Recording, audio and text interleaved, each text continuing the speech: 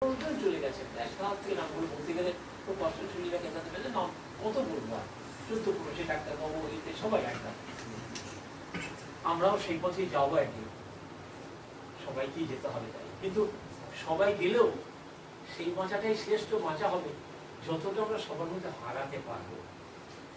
এই হারানোটার প্রতিযোগিতা যদি আমাদের মধ্যে বেশি বেড়ে যায় যে আমরা কে কত হারাতে পারি তাহলে কিন্তু তত বেশি আমরা পাবো হৃদয়ে। এখন সামন্দা আমরা কিছুদিন ঘুরতে পারি এটা যেন আমাদের বারবার ঘুরে ঘুরে ঘুরে ঘুরে হৃদয়ে এসে যায়। তাই সেই পাবো আশা করি আমরা এক হাত থেকে ভূমিযোদ্ধের সম্বোধনা করবো না তাদেরকে নিয়ে আমরা জানাতে চেষ্টা করেছি দেখুন এইসব মানুষগুলো কত কাজ করেছে। কালকে একজন আমাকে ফোন করলেন আচ্ছা এবারে আমরা গোপালবাবু নিয়ে আলোচনা আছে শুনলাম না আজকে শুনলাম গোপালবাবুর কি কাজ আছে কিরকম বাংলাদেশেতে বলতে শুরু করলাম শুনে সে কাজে হাত দিল এত কাজ আছে হ্যাঁ ভাই এত কাজ আছে এটা আমাদের দায়িত্ব জানানোটা আমরা জানাতে পারি না এটা আমাদের লজ্জার বিষয়। আসলে আমাকে নিয়ে আমরা তন্ময় হয়ে আছি যে আমার পাশাপাশি যে কত ভালো ভালো মানুষ উঠছে সেটা আমরা বুঝতে পারি নিজেরাও বুঝতে পারিনি।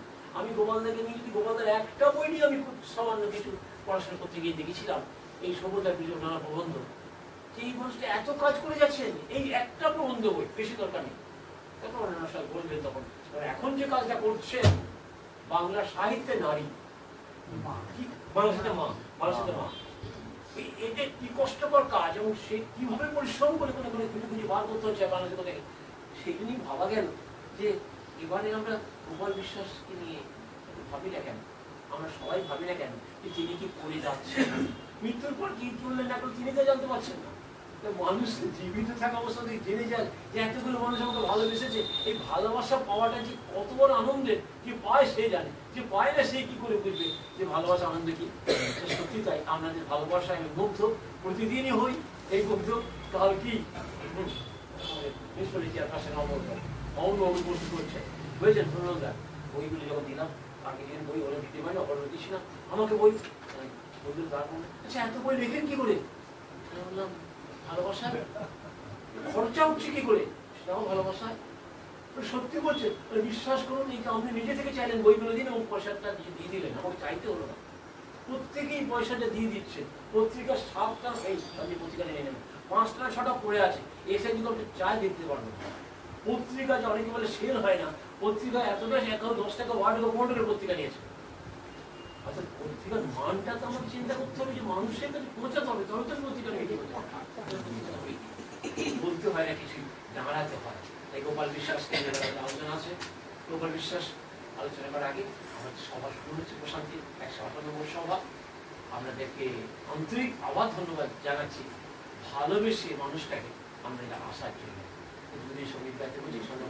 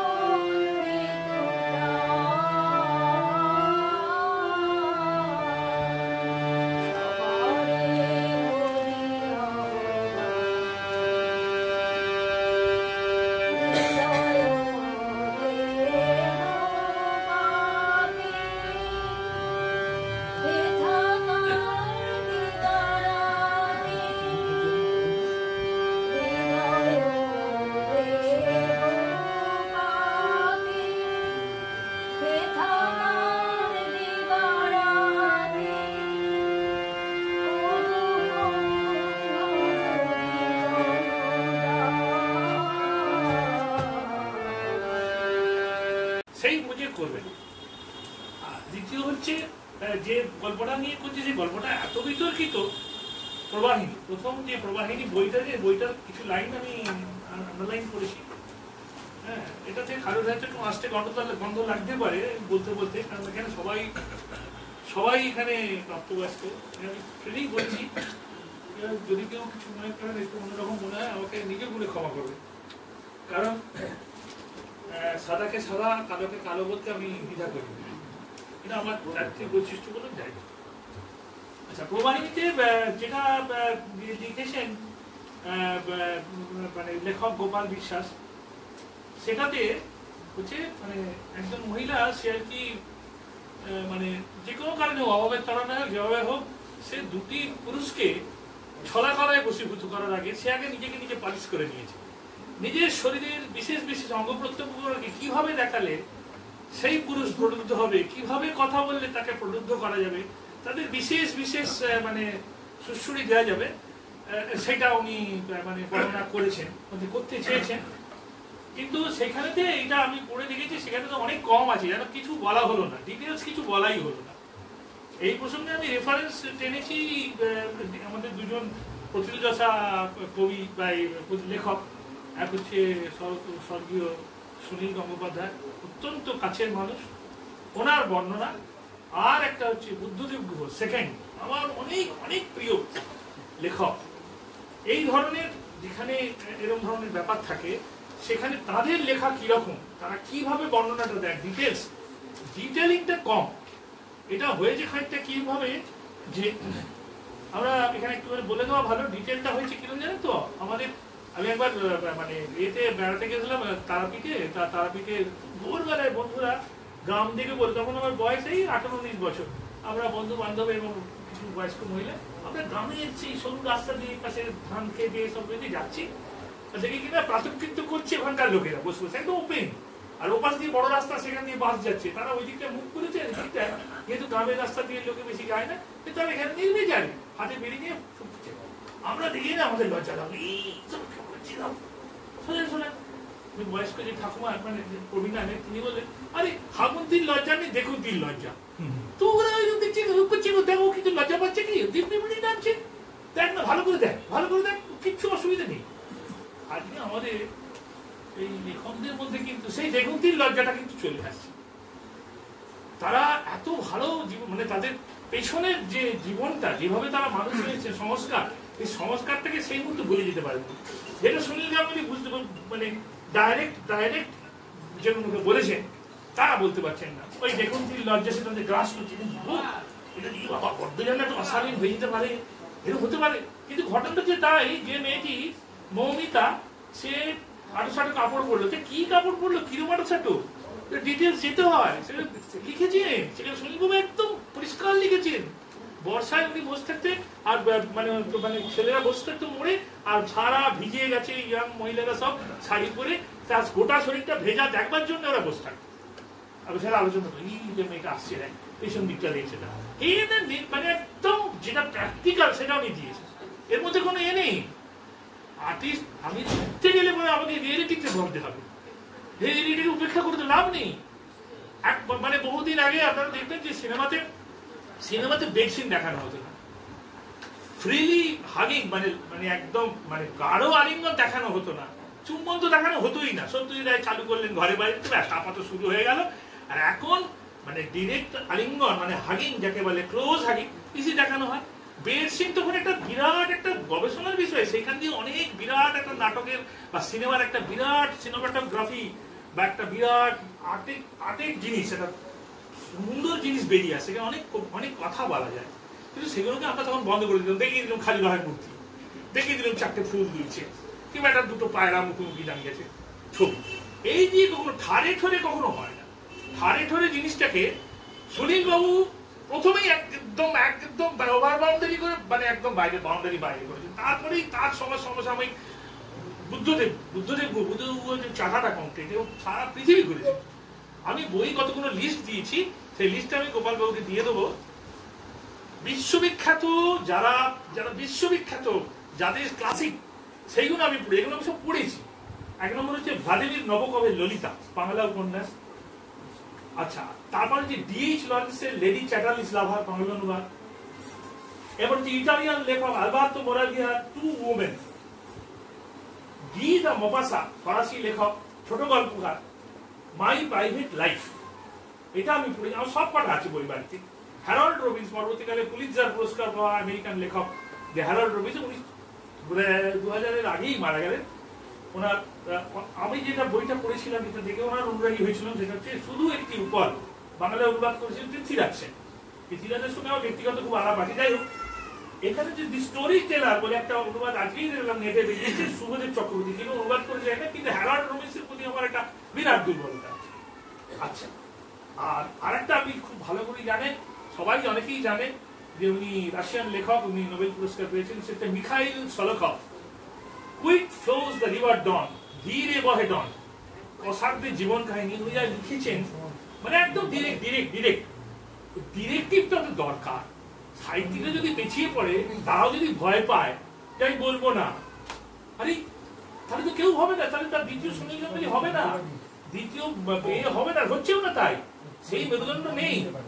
আমি গোপাল বিশ্বাসকে বলছি, গোপালটাকে বলছি না, আমি বলছি সাহিত্যিক হতে গেলে বলে আজ আমি লিখবো না। আমি যদি নারী শরীরের কোন অঙ্গটা দেখে মিস্টার হাটি, মিস্টার রায়বর্মন ওরা পছন্দ করে, দুটো পুরুষ দুরকম ভাবে একটা মেয়েকে তারা পছন্দ করতে পারে। আমি তার মুখের রূপ দেখে পছন্দ করতে, কেউ তার ফিগার দেখে পছন্দ করতে, বর্ণনাটা তো দিতে হবে। কি সে কেউ জানলো না, কিছুই জানলো না, একটা হয়ে গেল ঠাড়ে ঠোরে।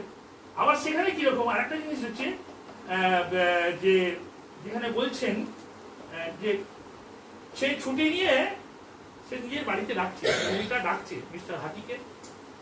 একদিন ডাকলো, দেখি ব্যাস কি হলো, সেখানে গিয়ে একটুখানি বর্ণনা দিয়েই টিভিতে চলে গেলে, টিভিতে সুনামি হচ্ছে, সুনামি। সেই একই আবার রায়বর্মন এলো, তাকেও নিয়ে গেলে, আবার সেই সুনামি। সুনামিটা দিয়ে মানে কি, এই এটা অথল কথা কামনার একটা ব্যাপার, একটা কিছু এরকম একটা বোঝাতে চাইলে, কিন্তু এতে কিছু পাঠক বইয়ের প্রতি অ্যাট্রাকশন ড্র করে না। তা ডিরেক্টিভ দিতে হবে, ডিটেলস দিতে হবে। এই সম্বন্ধে আপনারা হয়তো বলতে পারেন যে ডিটেলসটা কি ঠিক বুঝতে পারছি না, এই সম্বন্ধে আমি একটা সিনোপসিস দিচ্ছি আপনাদের ছোট্ট করে। এটা হচ্ছে সত্যজিৎ রায়ের পথের পাঁচালী, নিশ্চয়ই দেখেছেন আপনারা, প্রত্যেকেই জানেন। ডিটেইলিং এর কাজ যদি না হয়, সেই বই কখনো ভালো হয় না, সেই ফিল্ম, সেই ভালো হয় না। ওখানে ওই দুর্গা মানে অপুর দিদি, সে একটা পুঁথির হার সে লুকিয়ে রেখেছিল, সেটা বহুবার তার মা জিজ্ঞেস করেছিল, হরিহর জিজ্ঞেস করেছিল, এমনকি অপু জিজ্ঞেস করে, দিদি ওই হারটা, পুঁথির হারটা কোথায় রেখে, বলবো না আমি লুকিয়ে রেখে দিয়েছি। এটা বাঁশের পোকরে লুকিয়ে রেখেছিল। আপনাদের ডেথ অফ দুর্গা জিজ্ঞেস করে, হ্যাঁ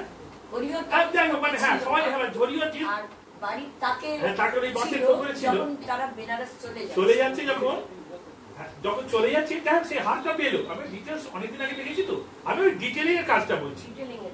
সে ওই হারটা যখন পেলো, অপু নিয়ে কি করলো, সেটাকে পুকুরের জলে ছুঁড়ে ফেলে।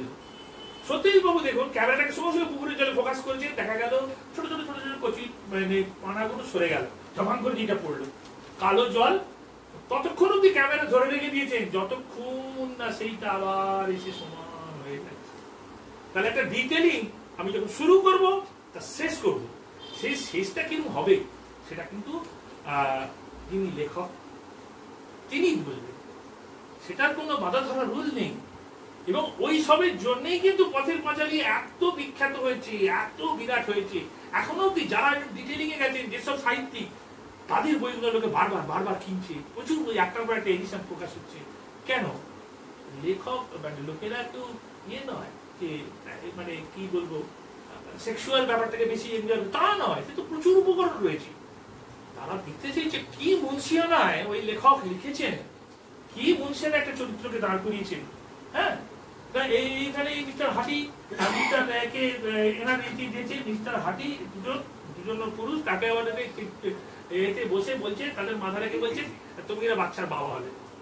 তারা উপকার মতো বিশ্বাস করবে। যা একদিকে যে লোক প্রচন্ড মানে ফিজিক্যাল যার এপিটাইট থাকবে, সে একটা দিনই ছেড়ে দেবে? 18 মাস ধরে সে একটা দিন হয়ে গেল, ইললজিক্যাল, বিশ্বাস হচ্ছে না। আমি একটা সাধারণ লোক হিসেবে বলছি, বিশ্বাস হচ্ছে না। আপনাদের যদি কারোর বিশ্বাস হয় আলাদা কথা। আমি আজকে সমালোচনা করছি, একটা লোক যে একটা মেয়েকে ধরে, যদি পছন্দ হয়, অর্থবান লোক, সে জেনার জন্য একাধিকবার তার সঙ্গে এনজয় করবে। 18 মাস হয়ে গেল, একবার তাকে কবে বলে রে তুমি একদিন হয়েছিল তাই তোমার ছিল। অত সোজা নাকি ব্যাপারটা? তো সোজা। দুজনকেই ডুবে দিয়ে দিল, রায়বর্মনকেও দিয়ে দিল, হাটিকেও দিয়ে দিল, হাটি রায়বর্মন দুজনই গিলে ফেললো। আর স্টুপিড স্বামী, ওর যে নিজের স্বামী, সে দেখতে পাচ্ছে ওই রকম পোশাক পরে ঘুরছে, একবারে মাথার চুল কমলিকা ছাট। আমি জানি না কমলিকা ছাটটা আমি আমাদের গায়ে বাইরে উনি লিখেছেন কমলিকা ছাড়া টালার জল পেটে পড়তেই হাত থেকে আঁচল খসে পড়ে গেল। দেখ সেই সব কি একটা উগ্র বেশ, তার স্বামী যে মুদিখানা দোকান সে বুঝতে পারছে না পয়সাটা কি করে আসছে, সে বুঝছে কেন, যখন তখন সে চলে যাচ্ছে, সে মুদিখানার দোকানে থাকছে, সে নিয়ে এনজয় করছে একটা বড় পুরুষকে নিয়ে, হয়ে গেল। এগুলো ব্যাপারটা খুব ইজি, যেন ব্যাপারটা সব বলে দেওয়া হয়েছে, এখানে ওইটা বসিয়ে দাও, ওখানে বসিয়ে দাও, একটু স্কুল টাইম দিয়ে দাও, ব্যাস মোটামুটি আমার ফার্নিচার তৈরি হয়ে। এইটাই আমার বক্তব্য। এইটা হচ্ছে এই প্রবাহিনী। আরো বলার ইচ্ছে ছিল, যেটা বলা আরো ডিটেলস বলা যাবে না, কিন্তু সঙ্গে সঙ্গে ঠিক এইটারই 360 ডিগ্রি অপোজিট, সেটা হচ্ছে গুণথিতা। আমি ওটা পড়েছি। গুণথিতাতে কিন্তু একটা ঠিক নদীর জলের মতো কাহিনীটা এগিয়ে গেছে, কোথাও কোনো জাক নেই। এই যে প্রবাহিনীতে প্রচুর জাক আছে, আমি এক্ষুনি খুঁজে খুঁজে লাইন টু লাইন বলতে পারি, দেরি হয়ে যাবে, অনেক বক্তা রয়েছে। গুণথিতাতে কিন্তু সেটা হয়নি। গুণথিতাতে কিন্তু ওই রকম একটা সুন্দর ডিটেলিং দেওয়া হয়েছে। আমি ওদের ছোট্ট করে বলছি দুটো লাইন। একটা হচ্ছে সাহানা বলে মেয়েটি, সেই যে ছেলেটি যে চরিত্র, পুরুষকে সে তার বাচ্চাকে তুলে নিল। সাহানাকে অপূর্ব সুন্দর দেখতে, বিশেষ করে তার হাতগুলো মোলায়েম হাত, বাচ্চাকে নিয়ে এরাও তুমি ধরো, যেই বলেছে তার হাত থেকে নজরটা গড়িয়ে চলে এসছে, তার একদম স্লিভলেস। এই যে শটটা, এটা একটা ক্যামেরার চিন্তা করুন, একটা আর্টিস্ট যে কোনো সেটা এইটাকে ডিটেলস দেখাবে, সে বলে দেখো, লোকে ওইটা দেখবে। সেই সাহানা কিন্তু ওই হাত, তেলাও হাত ঢেকে ফেললো। কখন ঢেকে ফেললো? যখন ওই ছেলেটি বিয়ে হচ্ছে, মাসুর ঘর থেকে বেরিয়ে যাচ্ছে, সাহানা নদীর দরজায় টোকা দিয়েছে, 3 কোয়ার্টার কুচি দেওয়া হাত ওলা ব্লাউজ পায়ে বসে, ট্রান্সফরমেশন অত্যন্ত সুন্দর, অত্যন্ত সুন্দর। আমার দারুণ মনে হয়েছে যে হ্যাঁ সাবাস, এই যে চিন্তা। সাহানা যখন বলে হাত তুলে দিল, সাত করে এখান থেকে চলে এলো, শাড়িটা চলে এলো, সেটা যখন বলতে পারছেন, সেখানে এখানে কেন ডিটেলস বর্ণনা নেই? এটা তো আমার প্রশ্নই আসছে। কিন্তু প্রসঙ্গটা এত জটিল এবং এত ভয়ঙ্কর প্রসঙ্গ, এখানে না ডিটেলস বর্ণনা দিতে গেলে বেশ ওই বলিষ্ঠ চিন্তা ভাবনা হতে হবে। ব্যাস, আমি আর বিশেষ কিছু বলবো না। আমি লিস্টটা বেঁধে দিয়ে দিচ্ছি। অন্তরা তৃপ্তি হবে, অন্তরা তৃপ্তি হবে, সাঙ্গ করি মনে হবে, শেষে হরিজনা শেষ। এইটাই তো ছোট গল্পে হওয়া উচিত ছিল, উনি সেইটাই করেছেন, আর বেশি বলছি না। অসংখ্য ধন্যবাদ, আপনি বিস্তৃতভাবে পড়েছেন। অবনী কুমার মাহাতো, পড়ে আন্ডারলাইন করেছি। আমার কিছু বেশি বলার নেই। হ্যাঁ বলুন। আমার সহপাঠী আমার সম্পর্কে আমার নতুন করে বলার নেই। আমার সাহিত্য সবাইকে বলি, আমি পড়াশোনা করেছি, ও আমার ইউনিভার্সিটির বন্ধু।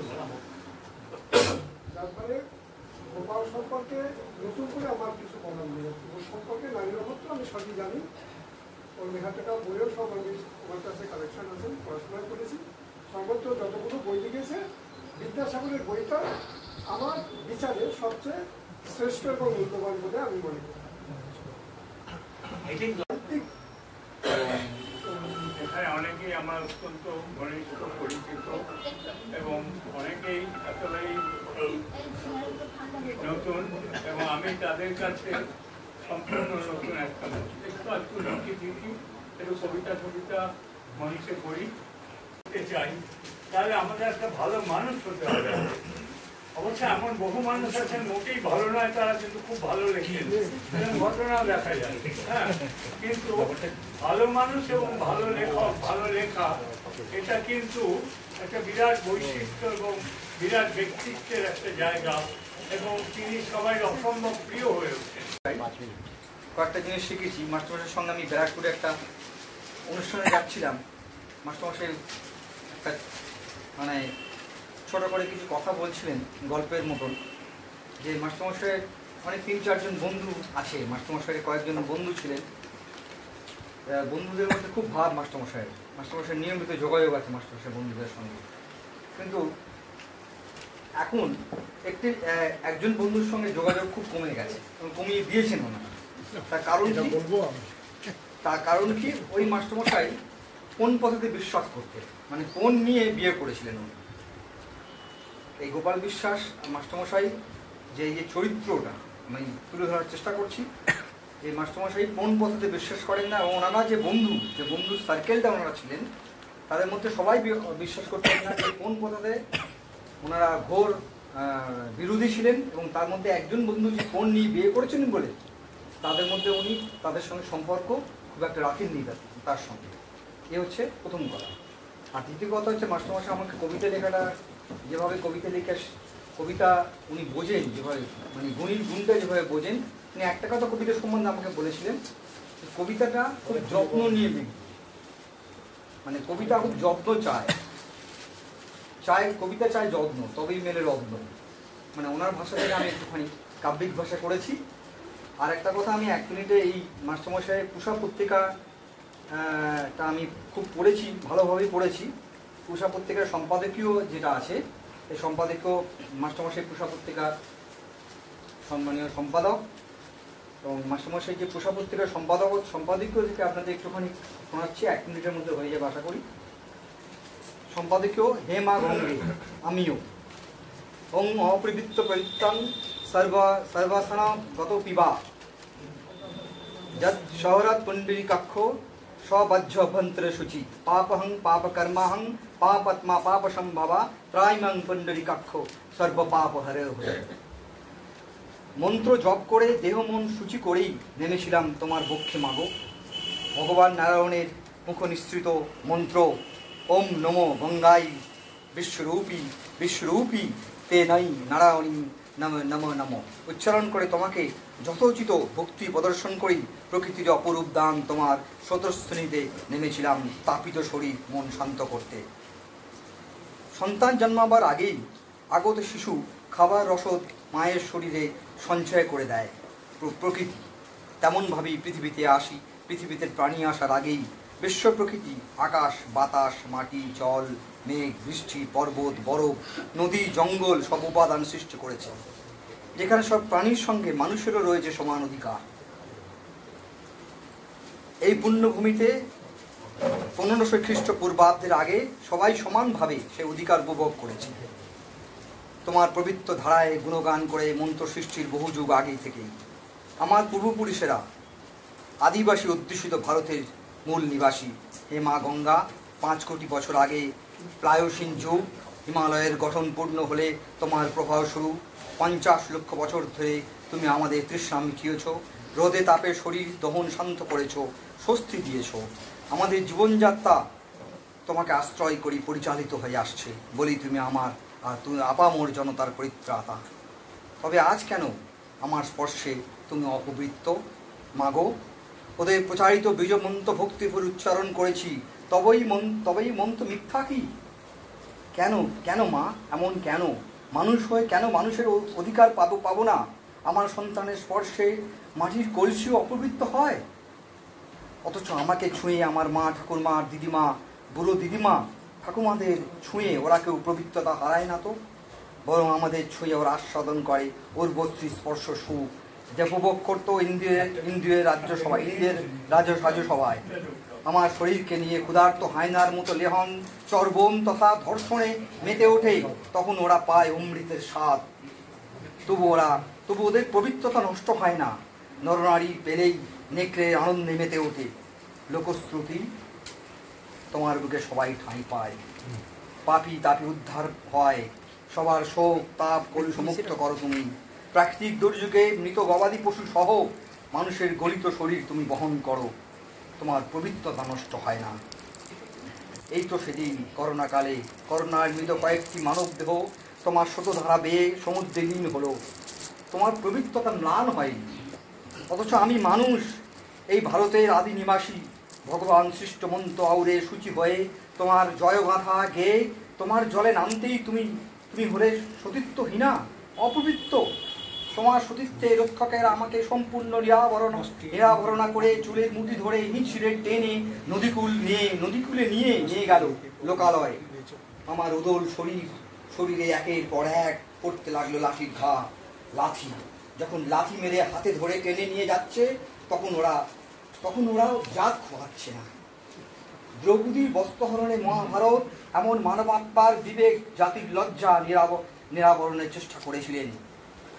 ডিজিটাল ইন্ডিয়া পুলিশাচি গাত্তা ভিডিও তুলে গণমাধ্যমে জগৎবাসীদের উপহার দিল এই লজ্জা। প্রত্যেক ভারতীয়ের স্বাধীনতার 75 বছরে এই রাষ্ট্র আজও ধৃত রাষ্ট্র। বিশ্ব দেখেছে তোমার নামে যারা মন্ত্র সৃষ্টি করেছে তাদের সুসভ্য মানুষের নখদন্ত। এই সভ্য মানুষের মুখে। এত জেনেও ও গঙ্গা তুমি বইছ, কারণ তুমি আজ আর সর্বজনীন পূত পবিত্র গঙ্গা নাও। নমস্কার। শুভেচ্ছা জানিয়ে আমার নিবেদন মন প্রহরী। তোমার মনের বাইরে একটা মন আছে, উচ্চটিকায় রৌদ্র হয়ে বীজ ছটিকায় সামাল দিয়ে জলস্ফীতির বাঁধ হয়েছে, সামলে দেবে সব ভয়ানক ইচ্ছে পূরণে স্বপ্নগুলো এক এক করে ফুটবে দেখো দহনকালে জয়ী হয়ে। বর্ষা ফোটার হুলুস থুলুস কি কামিনী শিউলি শরৎ হেমন্তিকায় ছাতির সুবাস থাক সে কথা আগল তুলে বলবো, তবু তোমার মনের বাইরে একটা মন আছে। তোমার হাতেই যত্নে গড়া সাজের প্রদীপ যেমন জ্বালায় সুগন্ধি কি, কিংবা রাতের আকাশ জুড়ে উত্তর কোন ধ্রুবের মতো, না হয় ভোরের পূব বরাবর সবার প্রিয় সজ্জি ঠাকুর তারই মতো। মনের দ্বারে মন প্রহরী আগলে রেখো, যে ভিজেছে ভালোবাসার রং ছুঁয়ে। বোধহয় কৃষ্ণ তো দেখেছিনি, এই এতটা লম্বা ছিল না, এরকম চেহারা ছিল। আমি তো দেখেছি, ঠিক আছে। উনি রিটায়ার হয়ে গেছেন, শিক্ষকতা থেকে শিক্ষকতা করেছেন। তারপরে মনে হলো যেন বাচ্চা হতে হবে, 18-20 বছর হতে হবে। তার ইচ্ছা করে যে 18-20 বছর হওয়া যায় তার প্রমাণ করে খুব সুন্দর দিয়ে দিলেন। 31 কেজি ওজন কমিয়েছে নিজে, এবং ভারতবর্ষের নানা প্রান্তে যোগ শিক্ষা দেওয়ার জন্য যোগ শিক্ষক হয়ে যাচ্ছেন। তার কণ্ঠে সঙ্গীত শুনে মুগ্ধ হবে। ইচ্ছা থাকলে কি করা যায়? যোগ সঙ্গীত নয় তো? হ্যাঁ, যোগ সঙ্গীত নয় তো?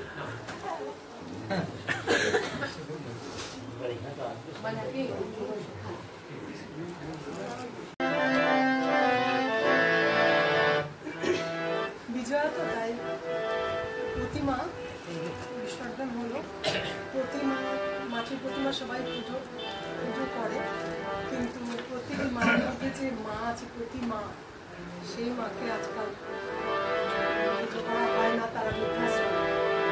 তাই আমার মাটির প্রতিমা বুঝিস নে তোরা, মাকে তো তোরা বুঝিস নে।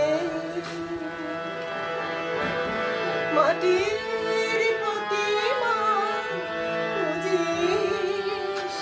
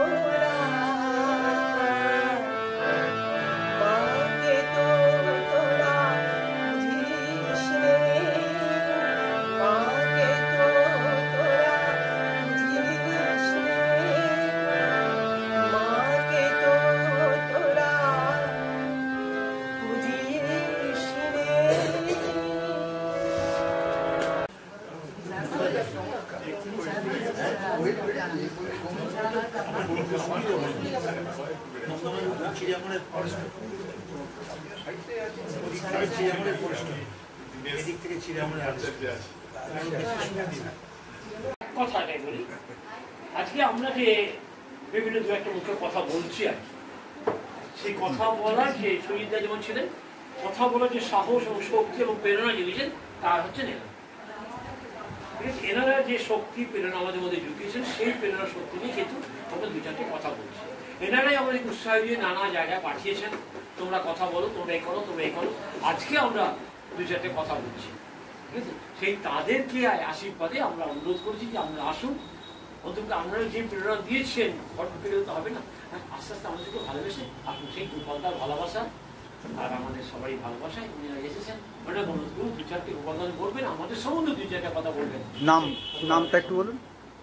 নাম বিশ্বনাথ বসু। পুরো নামটা কি বলবেন? বিশ্বনাথ বসু। ঠিক আছে। বিশ্বনাথ বসু আমার নাম। স্কুলে পড়াতো, দীর্ঘকাল হেডমাস্টার ছিলেন। 17 বছর হলো কি 18 বছর হলো চাকরি চলে গেছে। আমি এখন বেকার। এবং আমি এখানে যারা আছেন, আমি একমাত্র যার সঙ্গে সাহিত্যের কোনো যোগ নেই। আমি একেবারে ওর বিপরীত দিকে আছি। 17 বছর চাকরি চলে গেছে বলছেন, তারপরেও এখনো যখন এই যে মাধ্যমিকের পরীক্ষা বা উচ্চ মাধ্যমিক পরীক্ষার শিক্ষা শিবিরগুলো হয়, এবিটি গণসংগঠনের প্রত্যেকটা অঞ্চলের পরে উনি কিন্তু গিয়ে যেখানে ডাকি সেখানে গিয়ে অঙ্কগুলো এমনভাবে করে দেন যেন ওই বাড়ি থেকে সব ভুল তথ্য দিয়েছেন আপনি। সাহিত্যের সঙ্গে আপনার যোগ নেই, এটা একেবারে জাহাজ। কারণ আমি আপনার লেখা অনেকগুলো লেখা পড়েছি যে সাহিত্যের সঙ্গে যোগসূত্র আছে, এবং আমি একটু শব্দ বন্ধ ব্যবহার করব।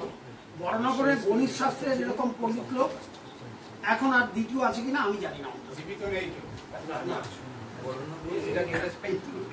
একটা বই দেখেই বুঝতে পারবেন আমাকে কাছে বলছি। আর গোপাল বিশ্বাসকে আমি চিনি আগে বহু বছর, কিন্তু আজকে আমার খুব লজ্জা করছে এখানে এসে যে গোপাল বাবু যে এত কাজ করেছে। গোপাল বাবু কথাটা বলছি অবশ্য আমার থেকে অনেক ছোট, মানে আজকে খবরটা হচ্ছে তাই যে ইনি গল্প লিখেছেন, উপন্যাস লিখেছেন, কবিতা লিখেছেন। আমি সত্যি সত্যি কবিতাই পড়ি, খুব লজ্জার কথা। এবং এই যিনি প্রথমে আলোচনা করলেন তার যে প্রথম যে গল্পটায় যে উনি অবশ্য ওদের বিরক্ত হলেন, কিন্তু আমি তো ভাবলাম যে একটা দারুণ আইডিয়া, তো একটা দারুণ আইডিয়ার গল্প, এই গল্পটা আমায় পড়তে হবে, আপনি দয়া করে বইটা আমায় দেবেন।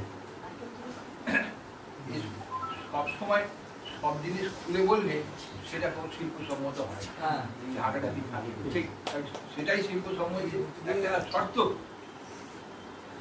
কাজে আমার এটা খুব ভালো লেগেছে। এবং এক মহিলা, দুই পুরুষ, সে বোঝাই যাচ্ছে যে দরিদ্র স্বামীটার দোকান চালিয়ে সে সংসার দেখার জন্যই তো এটা করছে। যে কীভাবে ফুটিয়ে তুলেছেন আমার জানার খুব আমি অন্তত এই আইডিয়াতে খুব মুগ্ধ। এখন গোপালবাবুকে আমি দেখি যে আমাদের সুজিতদার এখানে এসে গোপাল যে ওখানে সাহিত্য চর্চা করছে, তার পোশাক পত্রিকার কথাটা অবশ্য আমি জানি। অনেক আগে বলেছিলেন যে দেখুন আমি নেশা ভাঙ কিছু করি না, আমার কোনো বাজে খরচা নেই, আমি যদি একটা পত্রিকা করি, সাহিত্য চর্চা করি, এর পেছনে খরচা করি, তো কারোর কিছু বলার নেই, সত্যি সত্যি বলার নেই।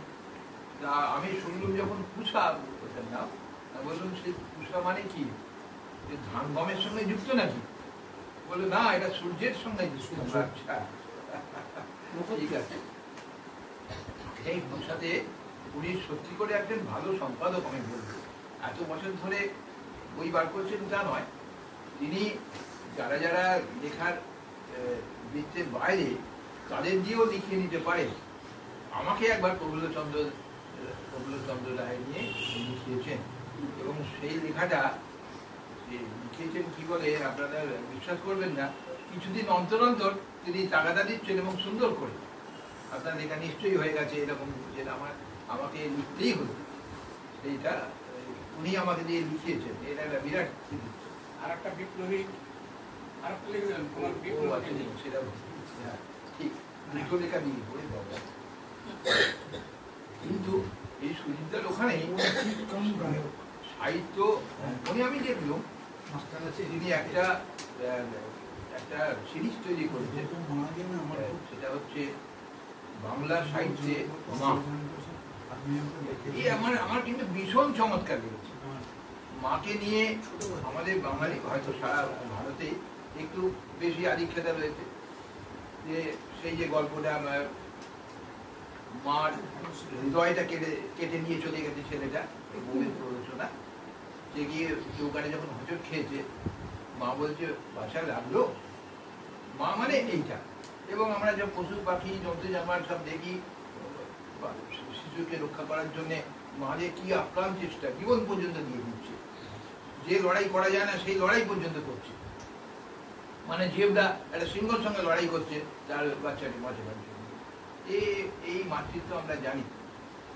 আবার এখানে অনেক মাতৃত্ব এমনি কথা আমরা শুনেছি, যে তার ছেলেকে বিক্রি করে দিচ্ছে একটা মোবাইল কিনবে বলে, কিংবা বাচ্চাকে খুন করে ফেলেছে আর একজনকে বিয়ে করতে পারবে বলে, কিংবা বাচ্চাকে ফেলে অন্য জায়গায় চলে গেছে। ও তো মাই মার নানা দিক আছে। আমরা শুধু একটা নিয়ে ওই মাতৃত্ব যেটা আর কি আমাদের মধ্যে চালু আছে, মা এবং সন্তানের যে পারস্পরিক না এক পক্ষে যে কি বলবো আবেগ, সেইটা নিয়ে যে লেখা। কোনো বাবা আর ছেলেকে নিয়ে, বাবা কি মেয়েকে নিয়ে কেন এরকম নেই। বরং একটা আছে যে বিমল করের সেই লেখা, যেখানে স্ত্রী তার স্বামীকে সন্দেহ করছেন, তার সঙ্গে তার কন্যার সম্পর্ক আছে। এটা কি আত্মজপদার নাম। কিন্তু এই যে বাবাকে নিয়ে তো কোনো লেখা নেই, বরং এই যে সংসার ছেড়ে চলে যাচ্ছে সেই বাবার কীর্তি যুগ যুগ ধরে তো নন্দিত হয়েছে, নিন্দিত তো হয়নি। সে হচ্ছে আমাদের গৌতম বুদ্ধ। এও তো তাহলে এই দিকটাও আছে মেয়েদের।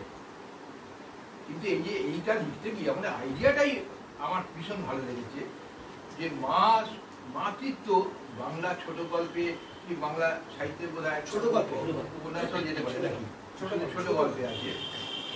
আমি বেশ কটা পড়েছি অনেকদিন আগে তো, আর সাহিত্যের সঙ্গে আমার তো অবশ্য নেই, নির্দিষ্টভাবে পড়িও নি।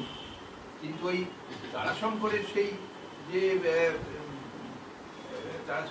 যে মা, যে তার ডাকাত ছেলে, তারাশঙ্করই তো ডাকাতের জন্য গর্বিত, চোর নয়, ডাকাতের মা,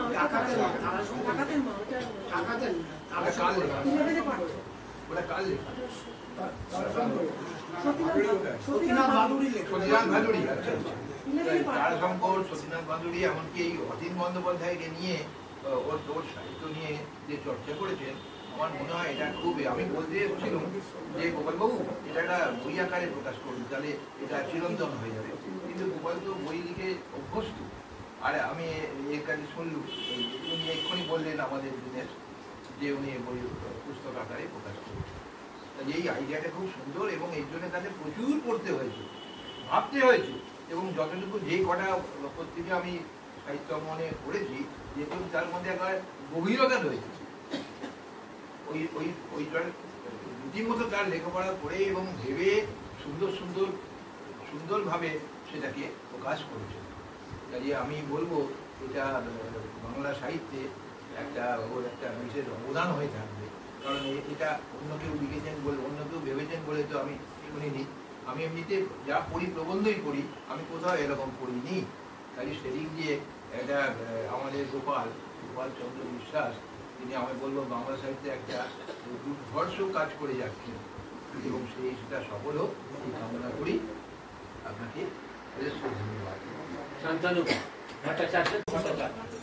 আচ্ছা, সময় নষ্ট না করে সকলকে বিজয়ের তৃতীয় শুভেচ্ছা। অনেকদিন পর প্রশান্তির সভায় কেমন আছে?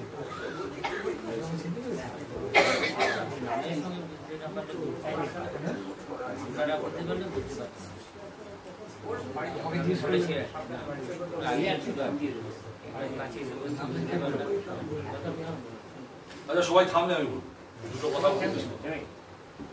সেটা হচ্ছে যে প্রশান্তিক সবাই আসা হয় না, একটাই কারণ আছে, মঙ্গলবার হয়ে যাবে, রোববার থেকে শিফট হয়ে যাওয়ার পর আসা হয়। আমি অনেকদিন পরে এসে অনেক দেখি, খুব ভালো লাগছে। কিন্তু আজকেও হয়তো আসতাম না, সকালবেলা একটা মেসেজ ঢুকলো, পারলে এসো। সেই পারলে এসোতে আমি সত্যি ওইটাতেই বাধা পড়ে গেলাম। এত কথায় না গিয়ে যেটা বলবো সেটা হচ্ছে গোপালদা সম্পর্কে কিছু কথা বলতেই হয়। বলতে যখন আমরা প্রথম লিখতে আসি তখন প্রথম সম্পাদক খুঁজে বেড়াতাম, কে আমাদের লেখা দেবে, কে আমাদের লেখা ছাপবে। আর আমরা চিরকালই একটুখানি বা অন্যরকম লেখার চেষ্টা করেছি, এবং আমরা নিজেদের ব্যক্তি জীবনে মনে করি যে রাজনীতি বর্জিত কোনো সংস্কৃতি নেই, সমস্ত সংস্কৃতিতেই রাজনীতি থাকবেই। তো এই রাজনীতি নিয়ে যে লেখা, সেই লেখা ছাপানোর অনেক সম্পাদকের দম হয় না মুখে, এটা বললাম। কিন্তু আমি অনেক রাজনীতিগত যত লেখা পেরেছি, আমার রাজনীতিগত লেখা সব আমি গোপালদার ঘাড়ে চাপি। কারণ এই একটি লোক আছে একদম মানে কোনো একটা শব্দ এডিট না করে তিনি ছাপবেন। আমার এমনও লেখা হয়েছে যে সে লেখাটা আরো পুনর্মুদ্রণ হয়েছে নানা জায়গায়, কিন্তু আমি বলেছি পুনর্মুদ্রণ লিখতে, কারণ সব প্রথম চেপেছে। কেননা যে লেখাটা দিয়েছিলাম দুরু পক্ষে দিয়েছিলাম, যে এত সরাসরি পলিটিক্যাল কথা ছিল যে অনেকে হয়তো বলবেন না এটা কবিতা, অনেকে বলবেন না এটা করবেন না, কিন্তু আমি দেখলাম অবলীলায় সেটা একটা দীর্ঘ কবিতা, সেটা গোপালদা ছেপেছিল। এই জন্য মানে এই যে বিরুদ্ধচারণ করা স্রোতের বিরুদ্ধে দাঁড়িয়ে সবাই তো go with the flow, flow যেদিকে যাচ্ছে আমিও সেদিকে যাচ্ছি, কিন্তু গো উইথ দ্য ফ্লো এর এগেনস্টে দাঁড়িয়ে যারা লড়াই করে তারা প্রকৃত মানুষ। আর যারা সম্পাদনা করেন পত্রিকা, অনেকে মনে করেন যে লিটল ম্যাগাজিন মানে ছোট ম্যাগাজিন, লিটল ম্যাগাজিন মানে ছোট ম্যাগাজিন না, লিটিল নয়, ওটা লিটারারি ম্যাগাজিন। হ্যাঁ, লিটারারি ম্যাগাজিন থেকে সবাই ওটা লিটল ম্যাগাজিন বলে। তো সেটা অনেক বেশি শানিত হয়, এবং সেটাই হচ্ছে মূল ধারা। গোপালদার মতো মানুষরা আমরা যখন লিখতে এসেছি, বড়নগর বলতে লোকে শক্তিপদ রাজগুরু, সঞ্জীব চট্টোপাধ্যায় গেছিলেন, কিন্তু আমরা তো তারা তো জ্যোতিষ্ক, তাদের পাশে তো আমরা যেতে পারি না। কিন্তু আমরা যাদের পাশে থেকে বড় হয়েছি তাদের মধ্যে দীনেশ দা, কেদার দা, সুজিত দা, কমল দা, শ্যামল দা, এদের প্রচুর পরিমল দা বসে আছে, প্রচুর অবদান বাংলা সাহিত্যে। কিন্তু এরাও এক একটা জায়গার নক্ষত্র, এই নক্ষত্রদের আমরা পেয়েছি, এবং তার পাশাপাশি পেয়েছি গোপালদার মতো আরেকজন নক্ষত্র, একটু দূরে থাকেন কিন্তু সারা জীবন প্রশ্রয় দিয়েছেন, এবং আগামী জীবনও প্রশ্রয় দিয়ে যাবেন। এবং যারা নতুন লিখছেন তাদের আশ্রয়দাতা হওয়াটা একটা বড় কথা। গোপালদা সেই জীবনে সারা উনি কি লিখেছেন আমি বা কি করেছে সেটা বলবো, এই যে আমাদের মতো লোকদের আশ্রয় দিই, আর কাগের ট্যাগ মগের ট্যাগ লিখছি সেটা আশ্রয় দিয়েছি, এটা কোন বড় কথা। এটার জন্য আমাদের মনের স্মৃতি কোটায় আমরা যতদিন বাঁচবো এইসব মানুষরা চিরদিন বাঁচবেন। যদিও আমি দারুণ সুস্থতা এবং আরো অনেক দীর্ঘায়ু গোপালদার কামনা করছি। পূর্ববর্তী বক্তা দুজন ছিল, তাদের দুটি কথার একটু বিতর্ক গোপালদার প্রতি।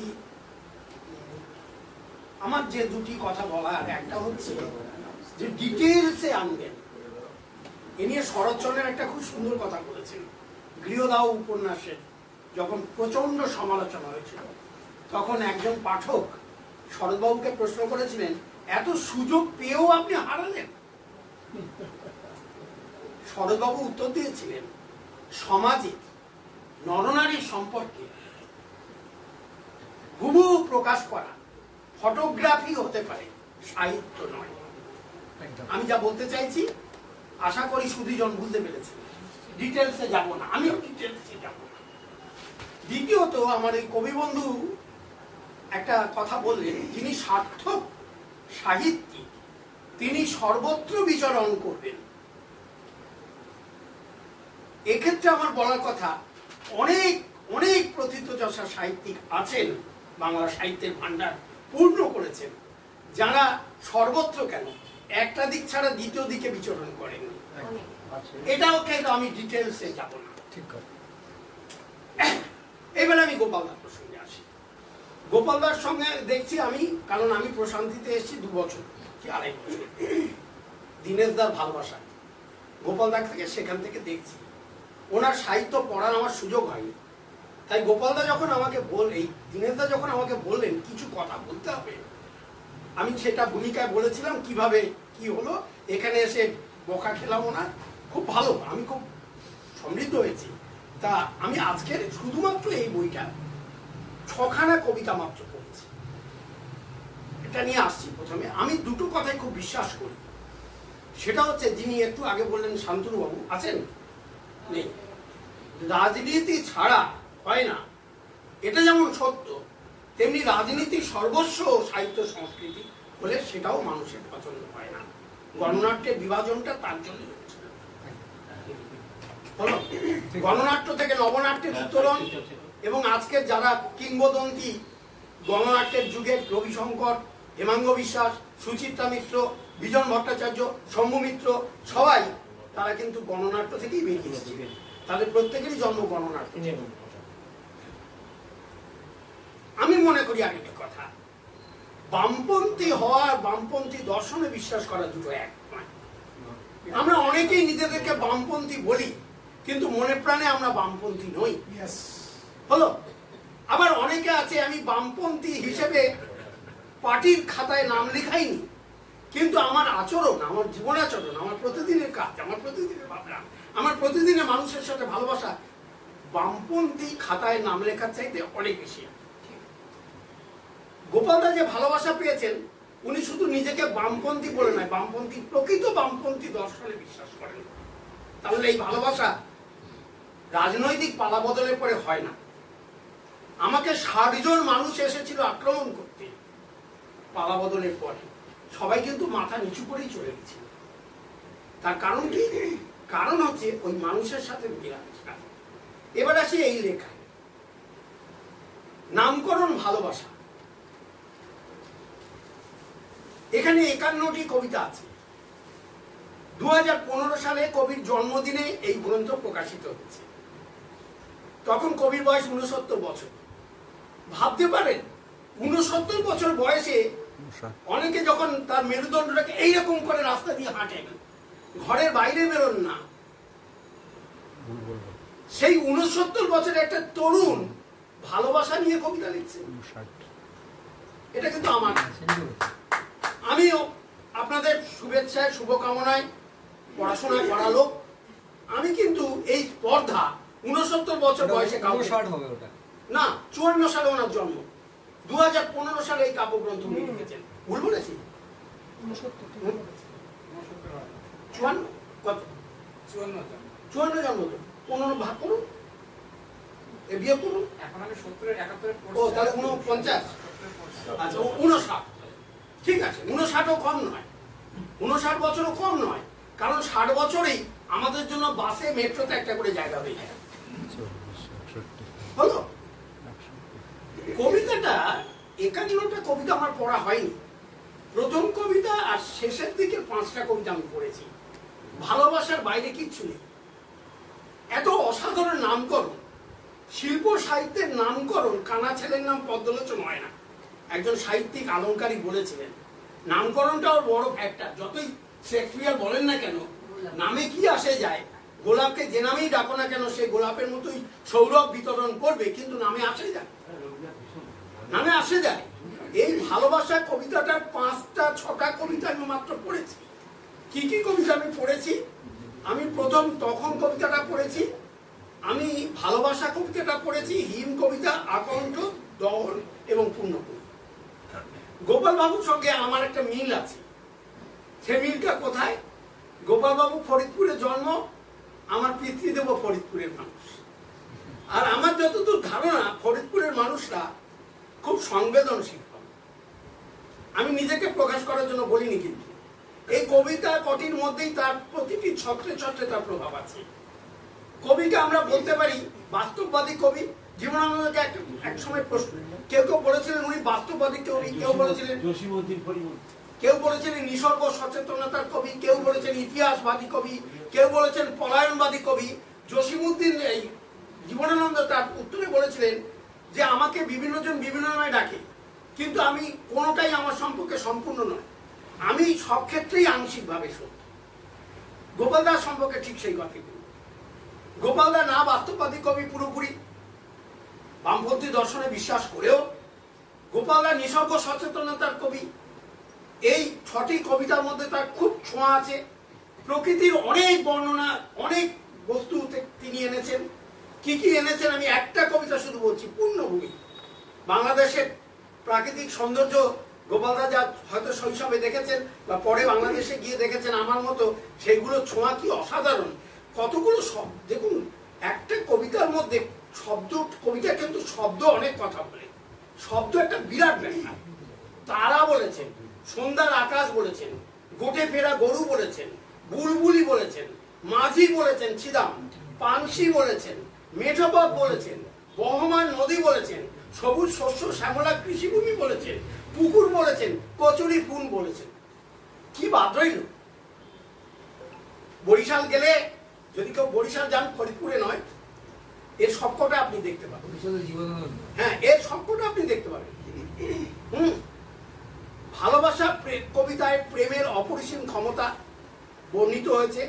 সময় কম, তাই লাইন ধরে ধরে বলতে পারছি না, ক্ষমা করবেন, আমি আরেকদিন বলবো। হিম কবিতায় প্রেমের অপরাজেয় শক্তির কথা বলা হয়েছে। আকণ্ঠ কবিতায় কতগুলো উপমা, অসাধারণ উপমা এনেছেন তিনি। অনেকটা সংস্কৃত সাহিত্যে কালিদাস কিংবা বাংলা সাহিত্যে মধুসূদনের মতো, কিংবা সুনীল গঙ্গোপাধ্যায় বা জীবনানন্দের মতো, একেবারে আটপৌরের উপমা। কেমন? বিদ্যুতের ছটা, পূর্ণপাত্রের তরলের মতো, ভালোবাসার বিষের পেয়ালা, নতুন ওটা পালকের পিঁপড়ের মতো ঝাঁপ দি মোমের আলো। এই যে আটপৌরের শব্দ নিয়ে উপমা আনা, এটা কিন্তু খুব সহজ কথা নয় আমার মনে হয়। আবার দহন কবিতায় শ্রমিকের কথা আছে। বামপন্থী যারা, যে রাজনৈতিক দর্শনে বিশ্বাসী, তার সাহিত্যের সর্বকর্মেই সেটা আসবে, অবচেতন মনে হোক আর চেতন মনে হয়। সেখানে কয়লা খনি শ্রমিকের কথাও আছে, জন্মভূমির প্রতি অগাধ ভালোবাসার কথা আছে, কালো চুলটা রং করা নয় শুনে আরো ভালো লাগছে, শতায়ু হন, এইভাবে সৃষ্টিশীল কর্মে নিয়োজিত থাকুন, এবং এবার থেকে একটা করে কপি আমি পয়সা দিয়েই নেব, কারণ পেনশন পাই, একটা করে কপি আমাকে দেবেন, এই অনুরোধ জানিয়ে। কারণ এইভাবে হুট করে পড়ে সমালোচনা করা যায় না, হ্যাঁ, উচিত নয়। সুতরাং আমি চাইবো আমার নামটা নথিভুক্ত করুন, এবার থেকে যে বই বেরোবে আমাকে এক কপি করে দিয়ে আমাকে কৃতার্থ করবেন, এই অনুরোধ জানিয়ে সবাইকে ধন্যবাদ জানিয়ে আমার বক্তব্য শেষ করছি। দুজন বিশ্বনাথ বাবু, একজন দুজনেই মানে আমার মাধ্যমিকে একজন বাবু চলে গেলেন, আর বিষ্ণু বসে আছেন, এটা আমার প্রাপ্তি আর কি। স্যারের কাছে বাংলা ব্যাকরণ শিখেছিলাম, আমার মনে হয় সেই সময়ের কিছু কিছু জিনিস আমার ছিল ভেতরে, লেখাটা পরবর্তীকালে এসেছে। তো অনেক ধন্যবাদ স্যারকে, স্যারকে পেয়েছি, এখানে না এলে হয়তো পেতাম না। নীলেশবাবুর প্রথম উপন্যাস আমার পাবলিকেশন থেকে বেরিয়েছিল, আর এখানে অনেকেই আছেন যারা আমার পত্রিকা নিয়মিত লেখেন, কম বেশি, বা আমি এদিক ওদিক লিখি। আমার বলার একটি বিষয়, কবিতা বলছি না, আমাদের পত্রিকা 30 বছর পূর্তি উৎসব উপলক্ষে এই বছরে 27শে নভেম্বর, আজকেই ঠিক হয়েছে, হ্যাঁ, বর্ণনগর রবীন্দ্র ভবনে অনুষ্ঠান। ওদিনকে একটা পূর্ণিমা, তাই তো, রাস পূর্ণিমা আছে, ছুটি আছে, রাস পূর্ণিমা সোমবার পড়ছে সামনে 27শে নভেম্বর এই মাসে। আজকেই ঠিক হয়েছে, হ্যাঁ, আজকেই ঠিক হয়েছে, কালকে আমাদের হলের টাকা পয়সা আছে। বামপন্থা অনেক রকম আছে। আপাতমস্তক বামপন্থ মার্ক্সীয় দৃষ্টিভঙ্গিতে বিশ্বাসী। প্রথম এর উন্মেষ হয়েছিল তখন তিনি ক্লাস 4-এ পড়েন। দাদার টেবিলে একটা লেনিনের টুপি পড়া ছবি ছিল, সেটা দেখে জিজ্ঞেস করেছিলেন ইনি কে। দাদা বলেছেন ইনি হচ্ছেন মহামতি লেনিন, সমস্ত পৃথিবীর শ্রমিকদের নেতা তথা ত্রাতা। এবং সেই প্রসঙ্গে বলেছিলেন লেখাপড়া শেখো, লেখাপড়া তোমাকে অন্যায়ের বিরুদ্ধে লড়তে শেখাবে, মাথা উঁচু করে সবার সামনে বাঁচাতে শেখাবে। সেই ক্ষেত্রেই প্রথম দৃষ্টিভঙ্গি তার এসেছিল। এবং ক্লাস 4-এ পড়ার সময় ওখানকার ছাত্র ইউনিয়নে উনি সদস্য হয়েছিলেন। এবং ক্লাস 7-এই যে পড়বার সময় তিনি রীতিমতো তখন ভালো মতন ছাত্র ইউনিয়নের সদস্য হয়েছেন। এবং স্কুল ফাইনাল পাস করে এখানে আসার পরে এখানে এসএফআই এর সদস্য, মানে এসএফআই এর সদস্য হওয়ার সঙ্গে সঙ্গে চাকরি পাওয়ার পরে প্রথম দিনেই এবিটিএস হয়েছে। এবং তার পরবর্তীকালে এবিটিএর জোনাল সেক্রেটারি, এবিটিএর মহকুমা সেক্রেটারি, জেলে সেক্রেটারি, নানান পদে তিনি অসীন হয়েছেন। এবং শুধু তাই না, মাধ্যমিক পরীক্ষা, উচ্চ মাধ্যমিক পরীক্ষায় তিনি ইনভিজিলেটর, এবং শুধু তাই না, তার পরীক্ষায় বিচারক হিসেবে তিনি জেলায় জেলায় ঘুরতে পেরেছেন অনেক মানুষের সান্নিধ্যে, এবং সেই সঙ্গে অনেক জিনিসকে তৈরি করে দিয়েছেন, অনেক তৈরি। এখনো তিনি স্টিল গত 5 বছর ধরে দমদম শাখার লেখক গণতান্ত্রিক শিল্পী সঙ্গে উনি সেক্রেটারি, হ্যাঁ, যার প্রেসিডেন্ট হচ্ছেন খগেশ্বর দাস। এই যে আমাদের একজন মেম্বার বসে আছেন, ওনার প্রেরণায় আমিও সেইখানে হয়েছি, এবং ওনার প্রেরণায় আমি হয়েছি কিন্তু।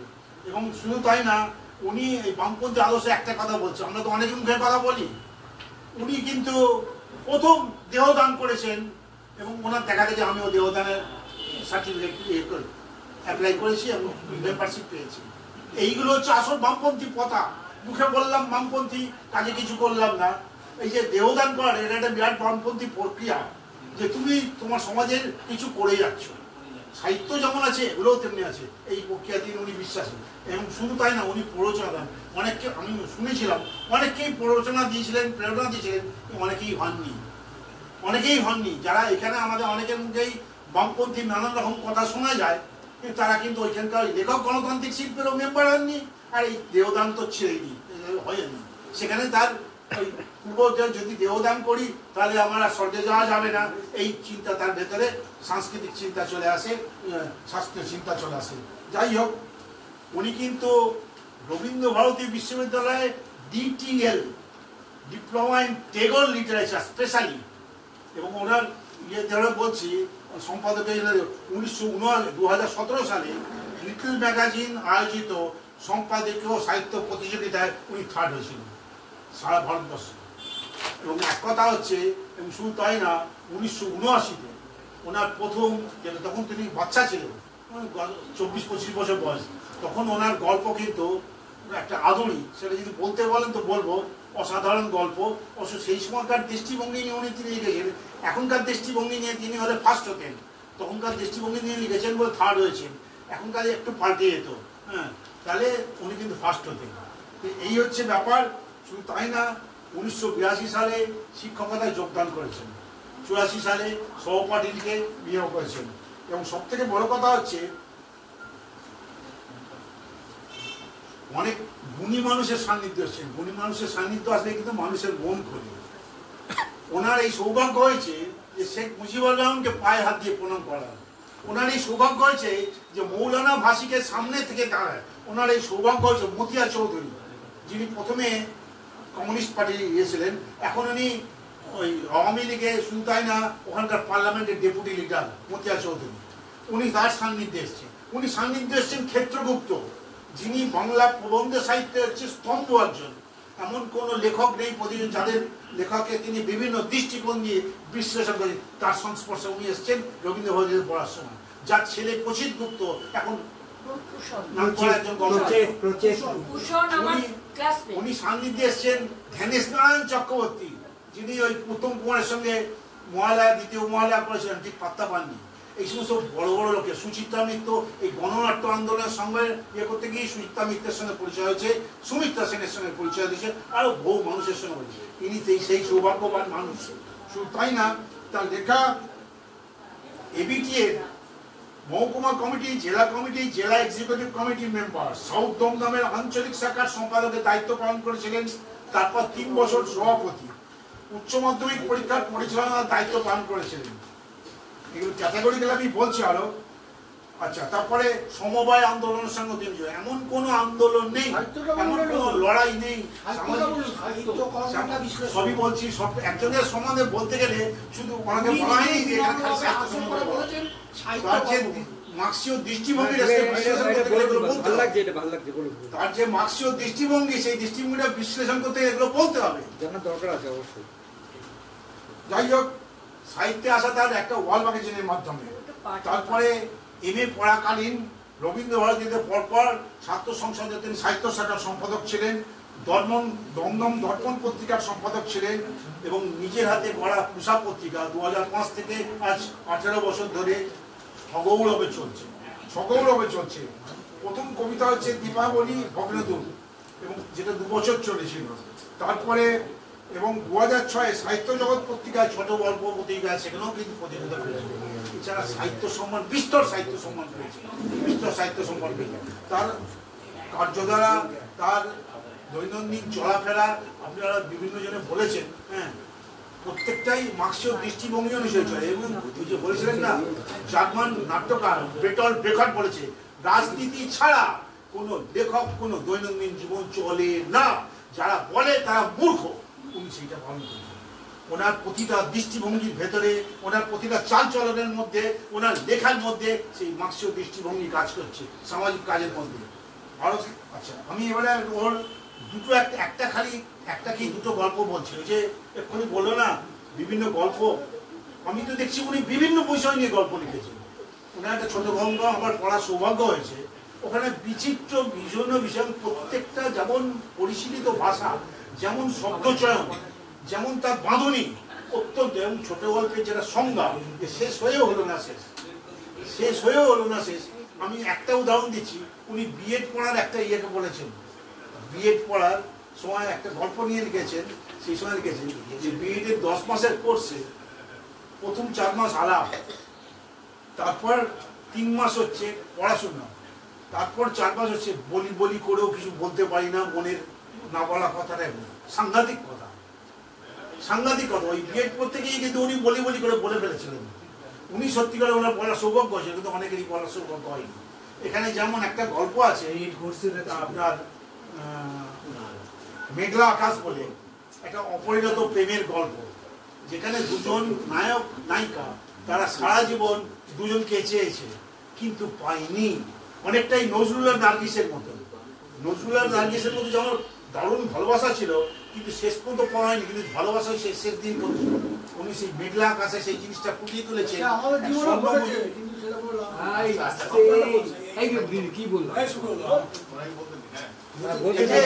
প্রথম বক্তা সুনীল গঙ্গোপাধ্যায় ইয়ে নিয়ে তো 8 ঘন্টা ধরে বলে গেলেন।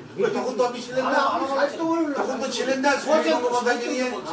ওনার সম্বন্ধে যতটা বেশি বলেছেন সুনীল গঙ্গোপাধ্যায়কে নিয়ে তার থেকে বেশি বলেছেন। বলুন না, এইগুলো যদি আমি বলতে চাই না, জানেন তো। যাই হোক, একটা গল্প হচ্ছে অভিমান। মানুষের এখানে মধ্যবিত্ত চরিত্রটাকে একদিন তিনি খোলসা করে দিয়েছেন। আমরা মধ্যবিত্তরা যখন বাসে ট্রেনে চাপি, যখন লোকাল প্যাসেঞ্জার চাপি, তখন মধ্যবিত্ত আর ভদ্রলোক থাকে না, ছোট লোক। তখন ভদ্রলোক ছোট লোক হয়েছে। এখানে অভিমান বলে একটা গল্প আছে। নৈহাটি লোকাল, অত্যন্ত ভিড়। সবার সঙ্গে একজন লোক উঠলেন যার জামা কাপড়ের বোতামে আঙুল, প্যান্টের বোতামে আঙুল নেই। তিনি উঠেই বললেন, আমি অবনী সেন, আপনাদের একটা করে গান শোনাবো, হ্যাঁ, আর 10টা পয়সা করে দেবেন, সেই দিয়ে আমি খাবো। তাকে নিয়ে সেই মধ্যবিত্ত মানুষ অশ্লীল মন্তব্য ঠাট্টা করতে লাগলেন। শেষ পর্যন্ত উনি যখন যে গানটা গাইলেন, সেই গানেতে ঠাট্টা করে একজন ভদ্রলোক পিঠে এমন এক চাঁটি মারলেন, যিনি আহত হলেন। উনি তখন বললেন, মারলেন কেন? উল্টে তিনি দাঁত বের করে হাসছেন এবং অত্যন্ত অশ্লীল ভঙ্গিতে তার সঙ্গে কথা বলছেন। উনি তারপরে পয়সা নেননি, খালি যে পয়সাই দিয়েছে খালি একটা তীব্র দৃষ্টি দেখেছে। এই যে প্রতিবাদ, তীর্যক দৃষ্টি, মানে দৃষ্টির ভেতর দিয়েও যে সাংঘাতিক প্রতিবাদ আগুন ছটায়, এটা তিনি ওই গল্পের মধ্যে দিয়েছেন। শুধু তাই না, মধ্যবিত্ত শ্রেণীর প্রতিবাদের মানে যে চরিত্রটাকে তিনি মুখোশ খুলে দিয়েছেন। এটা আদুরি, যেটাতে উনি প্রাইজ পেয়েছিলেন। আদুরি হচ্ছে একটা ভদ্রমহিলার নাম, তার হাজব্যান্ডের নাম ছিদাম। হ্যাঁ, বলছি হাজব্যান্ড, এর আগে কিন্তু এমনি করেনি। যাই হোক, ছিদাম, তার সংসার ছিল, হ্যাঁ, ধানের গোলা ছিল, কিন্তু বানের জলে সব ভেসে যায়, সমস্ত কিছু ভেসে যায়। শেষ পর্যন্ত বানের জলে যখন সব ভেসে গেছে, তার আদুরিও ভেসে গেছে। উনি যখন দৃষ্টি হয়ে থাকলেন, তখন আরেকজন মহিলার দেহ তখন তার কোলের ভেতরে এসছে। প্রথমে তিনি তাকে ভেবেছিলেন তাকেও জলে ভাসিয়ে দেবেন, তারপরে তার বিশ্বাসে চির ধরাবে না। তিনি যে ভরসা নিয়ে তার কাছে এসছেন, সেই ভরসাকে তিনি ভরসা করে তিনি তার বিশ্বাস ভঙ্গ করেনি। আধুনিক গল্প, এটাতে 3rd প্রাইজ পেয়েছিলেন। এখনকার দৃষ্টিভঙ্গি হলে একটু ওই বউ না হয়ে অন্য কোনো মেয়ে আসতো, তাকে নিজের মেয়ে বলে এ করতো, সেটা ফার্স্ট হতো। যাই হোক, এই বলে আমি অনেক বলতে অলরেডি পড়ে গেছে। অনেক কিছু বলার ছিল, আরো অনেক কিছু বলার ছিল, কিন্তু বলতে পারলাম না। যাই হোক, গবেষণা পত্র বলা যায়। তো আমি এই গবেষণার মধ্যে আগে সেগুলো দেখছি, এবং সেখানে যে তথ্যসূত্র দিয়েছেন, এবং তার প্রত্যেকটা লেখার মধ্যে তথ্যসূত্র দিয়েছেন, এবং তারই রেসপেক্টে যে বিকাশের যে গুণগুলো সেটাকে জাস্টিফাই করেছেন। অত্যন্ত গবেষণা জমি লিখে শুধু একটা জিনিস এখানে উল্লেখ করবো, মানে সমালোচনা নয়, সমালোচনা উনি যে স্তরে লিখেছেন জেনেছেন। এই কিছুদিন আগে আমাদের বিদ্যাসাগরের জন্মদিন 26শে ডিসেম্বর, তো সেখানে একটা কথা আছে ওই বিদ্যাসাগরের বিজ্ঞান মনস্কতা, সেটিতে আর একটা হেডিং লিখতেন বোধহয় ভালো হতো। এই প্রসঙ্গে আমি 2 মিনিট বলছি। বিদ্যাসাগর প্রথম আমাদের প্রথাগত শিক্ষা শুরু হয় মোস্ট প্রবলি, আমি ডেটটা মনে নেই, মানে ইয়ারটা মনে আছে 1865 সালে, এবং সেখানে প্রথম 4টে পেপার নিয়ে পরীক্ষাটা শুরু হয়েছিল। সেই 4টে পেপার একটা হিস্ট্রি, ইংরেজি আর হচ্ছে বাংলা, অঙ্ক। তো বাংলার প্রশ্নকর্তা ছিলেন হচ্ছে বিদ্যাসাগর, ঈশ্বরচন্দ্র বিদ্যাসাগর, আর সবগুলি স্যারটা ছিল, হিস্ট্রি বা অঙ্কের সমস্ত স্যারটা ছিল।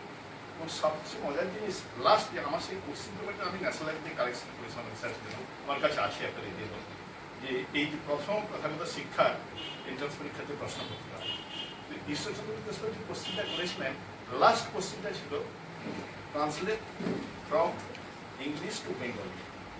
তো 5টা সেন্টেন্স ছিল, 5টা সেন্টেন্সই বিজ্ঞান কেন্দ্রিক। তারপরে একটা সেন্টেন্স আমার মনে আছে যে solid substance transforms into liquid on application of heat.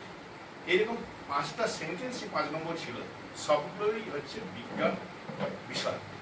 সুতরাং তিনি বিজ্ঞান শিক্ষাকে যে, আমি একটা উদাহরণ দিলাম, এছাড়া আরো অনেক কিছু রয়েছে কিছু উল্লেখ করেছেন। এইটা নিয়ে একটা টপিক যদি আপনি আর একটা হেডিং দিতেন তাহলে অর্থাৎ তাদের মধ্যে খুব ভালো হতো, এটা আমার যা মনে হয়েছে। এবারে এটা আপনারা এই প্রশ্নটা দেখতে চাইলে আমরা আপনাদের দেখাবো, কালেকশন করেছি।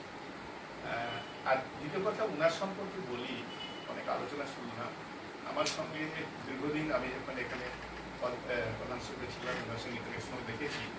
একটা জিনিস আমার মনে হয় যে একটা মতাদর্শে কেউ বিশ্বাসী, যে রাজনৈতিক মতাদর্শ হোক না কেন, প্রথম জিনিস হচ্ছে যেটা যায় মনুষ্যত্ব বোধ। সেই মনুষ্যত্ব বোধে বড় জিনিস। অনেক সে আমি এই মতবাদে বিশ্বাসী বলে তার যে অহংকার, তার যে আস্ফালন অনেক সময় দেখেছি, তখন মনে হয় তার ইভলিউশন কমপ্লিটই হয়নি, এমন কিছু লোক দেখা গেছে। কিন্তু উনি তার এক্সেপশনটা দেখতে, এবং তার এত লোভ হয় সে কথা বলেন। এই প্রসঙ্গে মৈত্রী দেবীর রবীন্দ্রনাথ সম্পর্কে একটা লেখা কোট করছেন। তিনি বলেছেন রবীন্দ্রনাথের ফ্যামিলিতে যখন মতানৈক্য হতো নিজেদের মধ্যে, তখনও এত লোভ হয়ে সে কথা হতো, মনে হচ্ছে ওরা গল্প করছে, ঝগড়া হচ্ছে, এটাই কালচার, সংস্কৃতি। ওনার মধ্যে সেটা দেখবেন কোনোদিন জোরে কথা বলতে শুনিনি। সেই জন্য যারা সাধারণ কথায় খুব উচ্চ ডেসিবেলে কথা বলেন, তখন মনে হয় তখন সমস্ত তার যে রাজনৈতিক বা যে কোনো মতাদর্শের তিনি যে ফলোয়ার বা তিনি এ করেন, সব কিছু উঠে যায়। কিন্তু ওনাকে সেইটা ব্যতিক্রম বলে আমার মনে হয়েছে দীর্ঘদিন।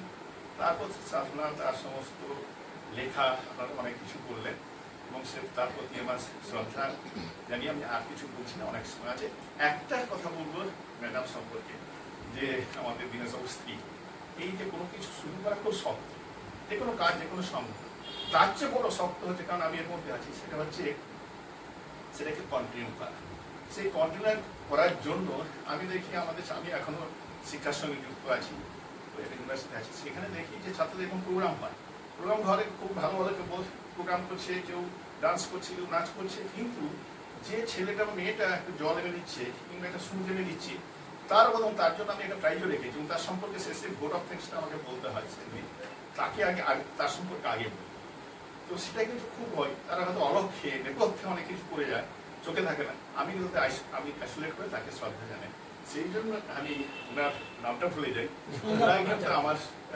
আমাদের পক্ষ থেকে, আপনাদের পক্ষ থেকে কিন্তু আন্তরিক শ্রদ্ধা। বোধ হয় এটা আমার স্ত্রী পারেন না ইন দি সেন্স। আমি যদি আমার বাড়িতে এটা হতো, এই পরিচর্যা, এই আতিথেয়তা, এই সার্বাঙ্গীন কাজকর্মের মধ্যে পারতেন না। উনি পারতেন কি না, আমিও তো পারতাম না কমপ্লিট করতে। সবাইকে যেভাবে স্যাটিসফাই করছেন আমাদের, সেটা বড় জিনিস ছিল। যে কোনো জিনিস সুষ্ঠুভাবে আপনাকে খুব ভালো জিনিস খেতে দিচ্ছেন, পরিবেশন যদি ভালো না হয় খেতে ইচ্ছে করবে। কিন্তু আমাদের বড়দাদা যদি শুনতে পারতেন, সব থেকে বেশি খুশি হতেন।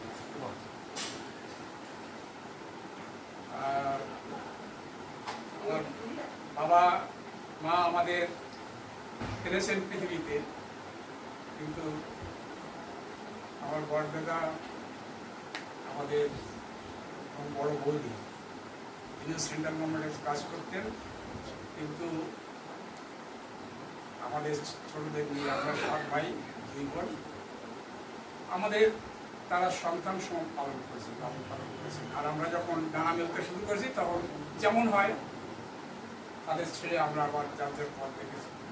কিন্তু এই সব ব্যাপারে আমার ভাই, আমার পরের ভাই আমাদের ছোটবেলা যদি জানতে চান, বিশেষ করে আপনারা সবাই পড়েছেন শ্রীকান্ত প্রথম পর্ব, ইন্দ্ররাজ চরিত্র। আমাদের একটা ডিঙি নৌকো ছিল আমাদের গ্রুপে, এটা সম্পূর্ণ আমাদের, আর কারোর জন্য না, সম্পূর্ণ আমাদের। আমরা রাত একা একা বিলের মধ্যে, আমাদের পাশে বড় খাল ছিল যেখানে লঞ্চ চলত, আর একটা ছোট খাল, সেখান থেকে এই আমাদের ঘাটের উপর আমাদের বাড়ি। আমরা পড়াশোনা করে নৌকো করে ওই নদীতে গিয়ে বসে থাকতাম, সারা রাত বিলে কাটিয়েছি, সারা রাত বিলের মধ্যে কাটিয়েছি। ওই ইন্দ্ররাজ চরিত্র পড়লে আমাদের সবটাই জানা যাবে। আর কৃতজ্ঞ আমি, আমার অনেক কিছু আপনাদের থেকে পেয়েছি, আমি আপ্লুত। যারা বই পড়েছেন, দিলীপ দাকেও বলবো, দিলীপ দা একটু পড়ুন, আমার বই না, যে কোনো বই পড়ুন, একটা পত্রিকা পেয়ে সবার কবিতা পড়ে দেখুন, যে আপনার থেকে আর বলবেন না, আপনার থেকে ভালো কবিতা কারণ নেই, কিন্তু আপনার সমকক্ষ কবিতা কোনটা আছে কিনা একটু দেখবেন, দেখতে চেষ্টা করবেন, দেখবেন আপনারও ভালো লাগবে। সবাইকে পড়লে বোঝা যায়, না পড়লে বোঝা যায় না। আমার লেখায় আপনারা যে সমস্ত বিশ্লেষণ করেছেন, ঐনির্মূল বলেছেন ছন্দের কথা, ছন্দ, আমি তো কবিতা লিখতে পারি না, কবিতা লিখি, আবেগে লিখি, যেটুকু হয় এই সাহিত্য সভায় আসার জন্য। তবে আমি মনে করি যে যেহেতু বাংলা আমার ভাষা ছিল, মানে বাংলা ভাষা ও সাহিত্য নিয়ে পড়াশোনা করেছি, কান্ট থেকে শুরু করে এরিস্টটল সবার পর আমাদের পাঠ্যই ছিল, কিন্তু গতিটা দরকার, গতি আর সমকাল। আমি চেষ্টা করি আমার কবিতার গতি এবং সমকালটাকে আনা। আর আমার প্রাপ্তি, মানে আজকের মতন প্রাপ্তি তো খুব কম হয়েছে। আজকে আমার মনে পড়ছে দাদার বন্ধু প্রণব সেন, সুজিত দাস, কেদার দাস, দাদার মেজদা, কমল মুখোপাধ্যায়, এরা সবাই, কমলদা আমার লেখা পড়তেন, পড়ে ছোট্ট করে একটা SMS করতেন বা একটা ফোন করে বলতেন, এই বাক্যটা, এই শব্দটা একটু অন্যরকম হলে কেমন হয়। দাদার বন্ধু প্রণব সেন, দেখেছেন আপনারা অনেকে, সাদা চুল ছিল, সবগুলো পড়তেন, এখানে আসেনি কিন্তু আমার সাহিত্য সবাই দেখেছেন, সমস্ত বইগুলো পড়তেন। এরা সবাই সমস্ত আমার যে পত্রিকাগুলো সব পড়তেন, ভুল পাল্ট সব পড়তেন, প্রয়োজনীয় নির্দেশ দিতেন। সুজিতদা আমার বই নিয়ে অনেককে পড়েছেন, বিশেষ মা খুব প্রশংসা করেছেন, 2-3 অধ্যাপক স্যারকে দাদার থেকে নিয়ে পড়েছেন। ডক্টর অমিতাভ চক্রবর্তী এখনো আছেন, তিনি আমাকে রোজ একবার ফোন করেন, আমার লেখা যে কটা পত্রিকা আছে সব মোটামুটি তার লেখাও থাকে এই অঞ্চলের বাইরে, সেগুলো লিখে বলেন এটা এই সংযোজন করো, যেটা আপনি বললেন এই সংযোজন করো, এটা করো। এর মধ্যে 4টে প্রবন্ধ আমার বেরিয়েছে বিভিন্ন জায়গায়, আপনারটা সহ, সেগুলো পড়েছেন, পড়ে বলেছেন এই সংযোজন করো, এটাই আমার। আর প্রবন্ধ লিখতে শিখিয়েছেন ডক্টর অধ্যাপক অরুণ কুমার বসু, আর হচ্ছে অধ্যাপক ডক্টর কানাই সেন। তিনি বলেছেন, গোপাল, আমি প্রথম দিকে ওই 75-76 সালে আমাদের জাতীয় দাদা ছিলেন নারায়ণ বোস, তিনি ছিলেন তথ্য সংস্কৃতি বিভাগে। যেমন বঙ্গবন্ধুদের 7.5 টাকা দিয়ে গ্রাহক হয়েছিলাম, বছরে 3টে সংখ্যা বেরোত। আবার তিনি আবার কয়েকটা জায়গায় আমার প্রবন্ধ নিয়েছিলেন, সেখানে আমি মর্ময় প্রবন্ধ দেওয়ার চেষ্টা করেছিলাম। অরুণ ঘোষ দেখে বললেন, গোপাল, তন্ময় প্রবন্ধ লেখো, সবাইকে রবীন্দ্রনাথ হবে, দরকার নেই। আর ডক্টর কানাই সেন শিখিয়েছেন কিভাবে একটা চরিত্রের মধ্যে যেতে হয়। এই যে আজকে কেদারদার হচ্ছে প্রথম কৃতিত্ব, মা সব কিছু যেটা জিজ্ঞেস সবই মা হয়ে গেছে। হঠাৎ বলেন, আরে আপনি তো গল্পটা খুব ভালোবাসেন, গল্প লেখেন, মা নিয়ে গল্প কিছু লিখুন। তাহলে লিখবো ছোট গল্পের মা? বলে হ্যাঁ লিখুন। তারপরে আবার আমাকে নির্দেশ দিয়েছেন এবার শুরু করেছি। আমাদের 2000 মানে আমাদের প্রায় 50-60 জনের লেখা কমপ্লিট হয়ে গেছে। এবার আমি 2000 সাল থেকে আপনাদের যদি কারো পড়া গল্প থাকে, আমাদের নতুন বর্তমান এখন যারা আছেন মা গল্প বা যদি লিখে থাকেন আমাকে জানাবেন, অনুগ্রহ করে আমি সেই বই সংগ্রহ করে নেব, দিয়ে আমি তার উপর কাজ করব। আর আমার প্রাপ্তি বলে শেষ করব, অনেক বলতে ইচ্ছে করছিল আজকে, কিন্তু প্রাপ্তি হচ্ছে কি, যেমন আজকে তনুদাদি চলে গেছেন, তনুদাদি যেমন বললেন, আমি 95 সালে স্কুল পাঠ্য বই লিখি, ব্যাকরণ বই, ব্যাকরণ জ্যোতি। 96-97 সালে 6-এর একটা পাঠ্য বই, একটা ব্যাকরণ বই, এবং এগুলো পাঠ্য বিভিন্ন জায়গায় পাঠ্য হয়েছে। এই সরকার আসার আগে পর্যন্ত পাঠ্য ছিল। আমার বিশেষ ওই ম্যারেজ রেজিস্টার ছিল। করোনার আগে মালদার এক মেয়ে আমাদের সাউথ দমদমে বিয়ে হয়েছে, রেজিস্ট্রি করতে এসছে। আমাদের বাড়িতে নেম প্লেটটা দেখেছে, ঢুকেছে, ঢুকে কিছু বইপত্র দেখেছে, জিজ্ঞেস করেছে এই গোপালবাবু কি মাস্টারমশাই? হ্যাঁ। উনি কি বইটাই লিখেছেন? আমার বলছিলেন হ্যাঁ উনি কিছু বই লিখেছেন, ডাকবেন? ডাকবেন। আমি গেলাম, আমাকে প্রণাম করছেন মহিলা, প্রণাম করে বলছে আপনি আমার মাস্টারমশাই। কোন স্কুলে আমি মালদা পড়তাম। আমি হাঁ করে তাকিয়েছি, বলছে আপনার ব্যাকরণ বই দুটোই আমি পড়েছি, ব্যাকরণ জ্যোতি এবং 6-এর ব্যাকরণটা 3 নম্বর সহ, আর আপনার এই বইটা আমি পড়েছি। তারপর কি বললেন, এখানে একটা প্রবন্ধ আছে, ধর্মযুদ্ধ, গীতার বাণী এবং শান্তি।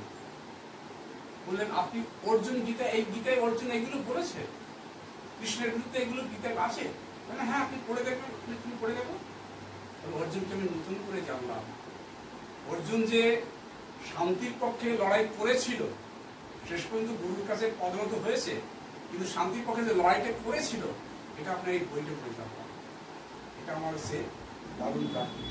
আর বাংলাদেশে আমার একটি মা আছে, তাকে আমি এখন দেখিনি, ফোনে ফোনে আলাপ। আমার এক ভাইজি মাধ্যমিক পরীক্ষা দিয়ে তারপরে এই বইটা পেয়েছে কারোর কাছে, আমাদের বাংলাদেশে এখন যোগাযোগ আছে। তা বলছে খোকা তোমার একটা বই পড়লাম, 3 মিনিটের ভ্রমণ, এখন 11-এর পরে, এবং বলছে এই বইটা রোজ পড়ি, আর আমার প্রকাশ গল্পের সঙ্গে আমি এক এক দিন এক এক জায়গায় বেড়াতে যাই। এই বইটি প্রকাশ করেছিলেন আমাদের কোহিনুরবাবু। এই আমার প্রাপ্তি। আর যে গল্পটার কথা বললেন আমাদের সাবর্ণবাবু, আমার অনেকগুলো ছেলে মেয়ে আছে, দিদিরা আছেন, বোন আছে, ভাই আছে। যোগীন্দ্রনাথ সরকারের 150তম জন্মদিনে আমরা মিলিত হয়েছিলাম তার বাড়িতে, সেই তালদিতে।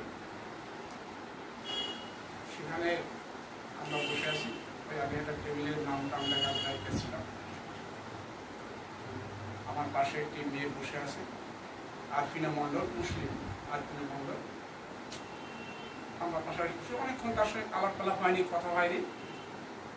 তারপরে আমাদের কবিরা, আমরা সবাই সব রকম আছি তো, হঠাৎ দেখি পরপর 2-3 তারা এসছে টেবিলের দিকে, এবং তাদের চোখটা একটা হায়নার চোখ মেয়েটার দিকে। আমি একজনকে বললাম পিছাই, আমাকে বলুন আমার ভাইজি। বলে আমি তার কাঁধে হাত রাখলাম, কি মা বল কিছু কিছু লাগবে? পরপর 3 জন ফিরে গেল, পরপর 3 জন ফিরে গেল। রাত্রে বাড়ি গিয়ে 11:30টার সময় ফোন করছে, তুমি আমার কাকা নও, তুমি আমার বাবা। না, তার বাবা শিক্ষক, তখন অবসর গ্রহণ করেননি, অবসর গ্রহণ করেছেন সব আমার থেকে ছোট। তুমি আমার বাবা, আমি বাবাকে সব বলেছি। আর একটা ঘটনা ঘটেছে, নাম বলবো না, একজন কলকাতা কাঁপানো কবি, বাংলাদেশেও খুব যাতায়াত আছে। ফেরার পথে ওকে পেয়েছে, ভিড়ের মধ্যে বসিয়ে গাড়িটায় ওই লোকের মধ্যে, তখন ও লাভ দিয়ে বলছে আমার পিসি থাকে পরের স্টেশনে, আমি পিসি বাড়ি যাবো। ওই যে ছেলেগুলো তাকিয়েছিল আর আমাদের সেই কবির হাত, আর সেইটা নিয়ে আমার এই কুবাহিনী গল্পটি গেল। এখন আমাদের দাদা সঠিক বলেছেন, সবটাই তো পরিষ্কার করা যায় না, সবটাই না, আর আমরা সেটা করিও না। সুনীল গঙ্গোপাধ্যায় কিন্তু সুনীল গঙ্গোপাধ্যায় হতেন, সুনীল গঙ্গোপাধ্যায় নিশ্চয়ই আমাদের ইয়ে হতে পারেননি। বলুন আপনার পাড়ার কবি লেখক মানিক বন্দ্যোপাধ্যায় হতে পারেননি? মানিক বন্দ্যোপাধ্যায় কি লেখেননি? অনেক কিছু লিখেছেন। সুনীল গঙ্গোপাধ্যায় যেটাকে মনে করেন এইটা, মানিক বন্দ্যোপাধ্যায় না, ওটা নয়, হৃদয়টা দেখো। আমরা চেষ্টা করি সেই হৃদয়ের দিকে যেতে, হৃদয়টাকে বের করে। আর একটা কথা বলতাম আপনাকে, বলুন আপনি বলুন। না, সুনীল বাবু যে এটা করতেন তার ব্যক্তিগত অবশ্যই আর কিছু অবশ্যই সেটা আমরা জানি। এই জাতীয় সঙ্গীত, সুনীল শক্তি, জাতীয় সঙ্গীত আদর্শ চরিত্র।